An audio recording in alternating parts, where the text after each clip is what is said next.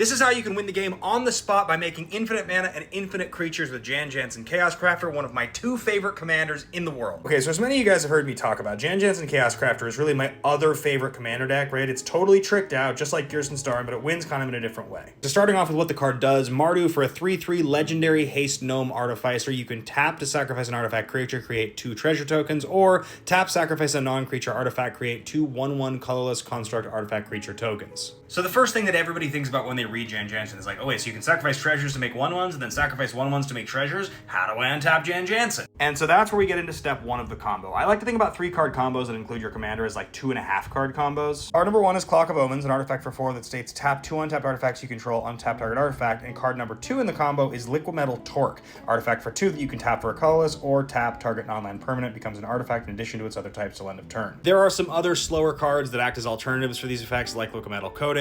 Mycosynth Lattice is expensive, but it does the same thing. But not Clock of Omens. This card is functionally unique. There is no card that does what Clock of Omens does, or if there is, it's in the wrong colors. So the way the combo works is like this. You've got Jan Jansen in play untapped. You tap Liquimetal Torque to make Jan Jansen into an artifact until end of turn. At that point, you tap Jan Jansen, sacrificing any artifact on the board that is not Liquimetal Torque to either make 2 1/1 creatures or 2 treasure tokens. And now, because Jan Jansen is in fact an artifact until end of turn, you get to tap those 2 treasure tokens or those 2 1/1 creatures to untap Jan Jansen. At which point Jan Jansen is then going to tap to sacrifice one of the 2 tapped treasures or tapped 1/1 creatures to make 2 more of the opposing kind. With these 3 cards in play, you just get to basically rinse and repeat and go infinite, making infinite 1/1 creatures and infinite treasure tokens because you net 1 every time you do the exchange. Be sure to hit that follow button if you guys like content like this. I'll probably do some more breakdowns of my favorite commander decks, and if you're ever looking for any high-end staples to bling out your decks like this one, hit that link in my bio and check out ancestralmtg.com. They're the market leaders in super high-end and rarities, and if you use my code BATEMAN10, you get 10% off your first purchase of $250 or more. The core thing to remember here is that Clock of Omens has no replacement. So if this card gets exiled, you kind of have to go with like a really janky backup plan that includes like Academy of Manufacturers, Zorn, Staff of Domination, and Mondrak. It does work, it's just not as good. And if your initial game plan gets off the ground, you need to have one of these cards in play to take advantage of everything getting sacrificed. But it's very easy to get them. There's a ton of different redundancies in the deck, and generally speaking, you have one of these in play or in hand by the time the combo goes off. Do you play this commander? Have you played against this commander? Do you enjoy it? Do you hate it? Let me know below in the comments, and of course, comment below if there's a different commander with an infinite combo that you would like to see explained in a video.